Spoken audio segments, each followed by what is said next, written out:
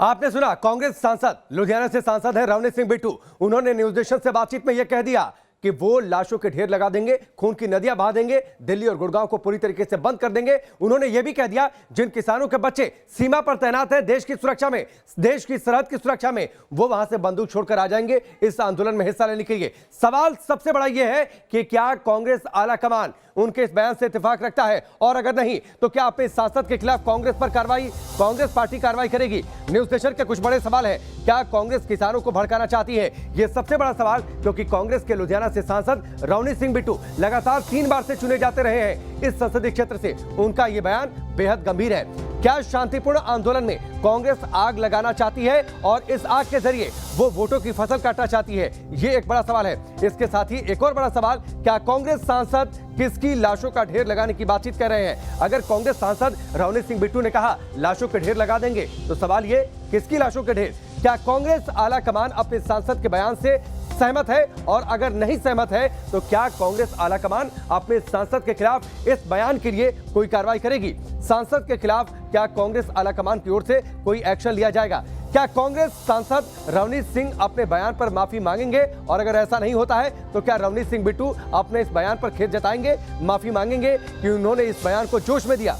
अपने सांसद के बयान पर कांग्रेस आला कमान अभी तक चुप क्यों है? ये बयान आया था कांग्रेस सांसद रवनीत सिंह बिट्टू का। सवाल बड़ा ये कि कांग्रेस आला कमान अगर खामोश है तो क्या ये माने ये सब कुछ कांग्रेस आला कमान के इशारे पर, या फिर कांग्रेस आला कमान की मौन सहमति है रवनीत सिंह बिट्टू के इस बयान पर?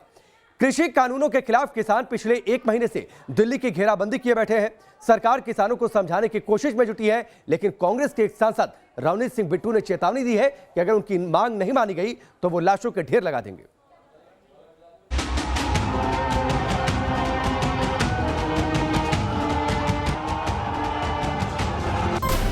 किसान आंदोलन में खून बहाएंगे,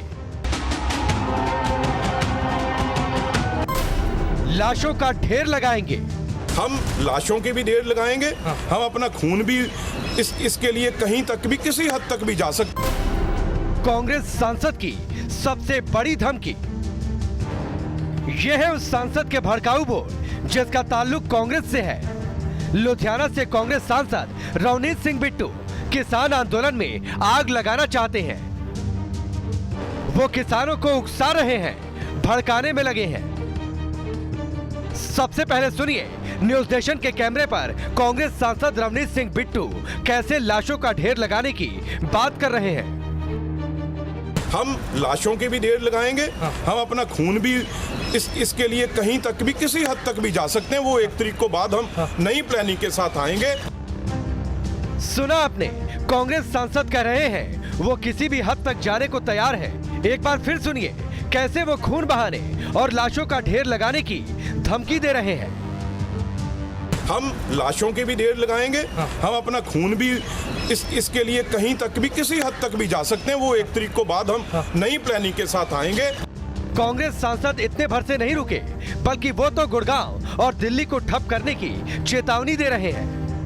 हम अब 1 तारीख के बाद कोई नया प्लान, जहाँ तो गुड़गांव और दिल्ली जो सबसे बड़ा, जहाँ पे सबसे बड़े कोऑपरेटिव हाउस बैठे हैं, उसको बंद करेंगे। जहाँ और इस बॉर्डर को तोड़ के अंदर दिल्ली के आने की घुसने की कोशिश करेंगे। हजारों गिनती में भैंसें, गायें, भेड़, बकरी, हजारों की तादाद में 10-20 हज़ार वो दिल्ली के अंदर लेके आएंगे। इतना ही नहीं, कांग्रेस सांसद बिट्टू ने चेतावनी दी है कि अगर आंदोलन और बढ़ा तो सीमा की सुरक्षा में जुटे सैनिक भी इस आंदोलन में कूद पड़ेंगे।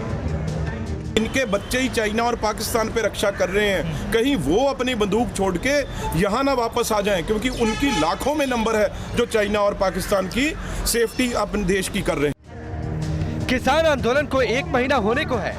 अब तक किसानों की तरफ से कोई भी हिंसा या अप्रिय घटना नहीं हुई, लेकिन कांग्रेस सांसद के बवाली बोल से जाहिर है कि वो इस आंदोलन को हिंसा की आग में झोंकना चाहते हैं।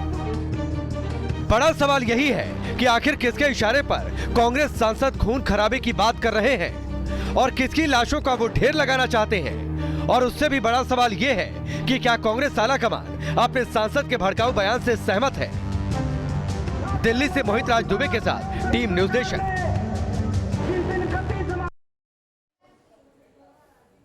तो ये आपने रिपोर्ट देखी और इस रिपोर्ट के अंदर रवनीत सिंह बिट्टू के बयान को आपने सुना, जिसमें वो कहते हैं कि लाशों के ढेर लगा देंगे, खून की नदियां बहा देंगे। बड़ा सवाल ये, किसकी लाशों के ढेर, और बड़ा सवाल ये भी, क्या कांग्रेस आलाकमान अपने सांसद पर कोई कार्रवाई करेगी जो इस आंदोलन को भड़काना चाहते हैं और आग लगाना चाहते हैं इस आंदोलन में।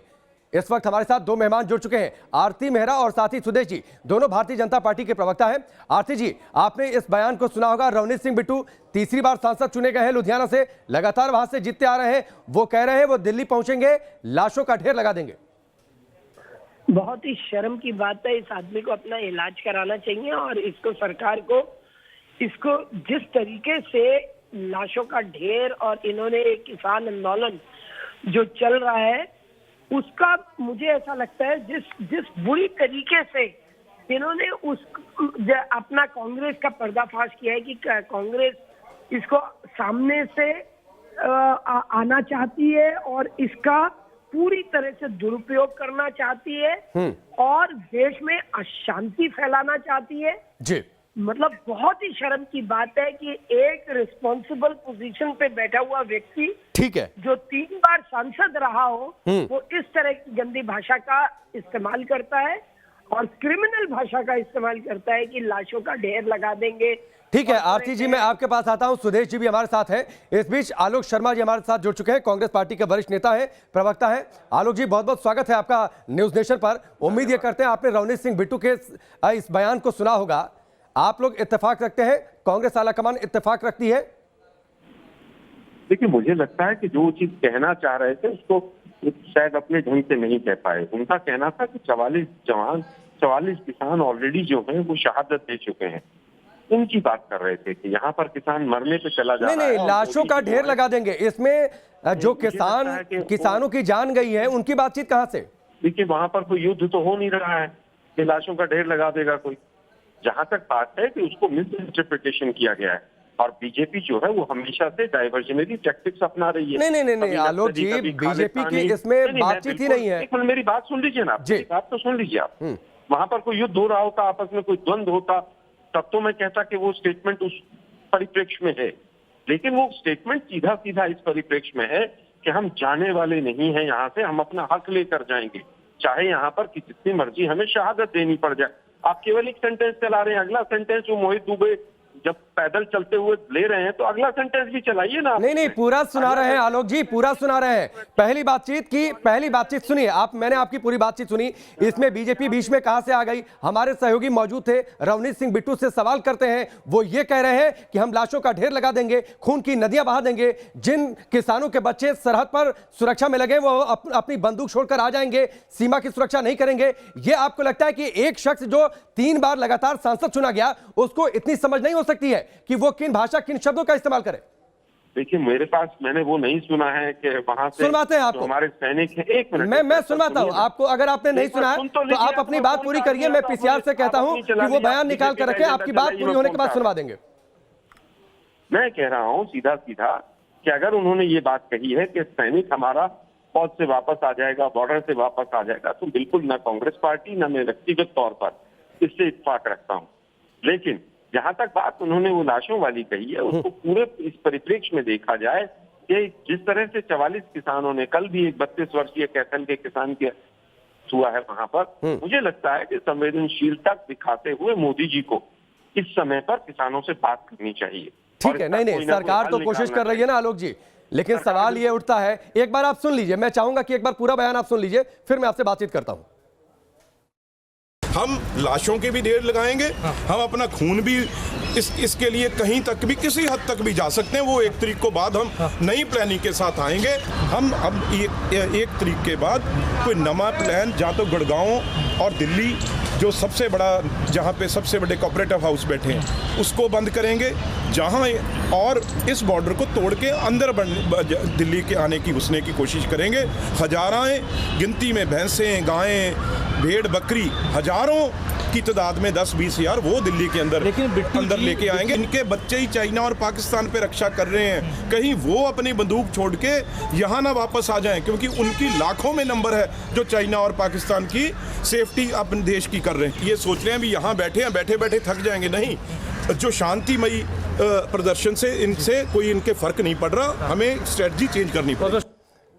अब आप में मुझे लगता है आलोक जी पूरी बातचीत आपने सुन ली होगी। आखिरी में रवनीत सिंह बिट्टू ये भी कहते हैं कि अब तक शांतिपूर्वक प्रदर्शन चल रहा था, उससे कोई फर्क नहीं पड़ता है, उसके बाद स्ट्रेटजी चेंज करनी होगी, यानी लाशों का ढेर लगा देंगे, खून की नदियां बहा देंगे। एक शख्स जो 3 बार से सांसद रह रहा है उसको अपनी भाषा की समझ नहीं है। एक पार्टी सुन लीजिए मेरा पूरा सवाल, कांग्रेस पार्टी जो देश की सबसे बड़ी और पुरानी पार्टी है, उस पार्टी को इस सांसद पर क्या कार्रवाई नहीं करनी चाहिए ऐसी भाषा और ऐसे शब्दों के इस्तेमाल के बाद?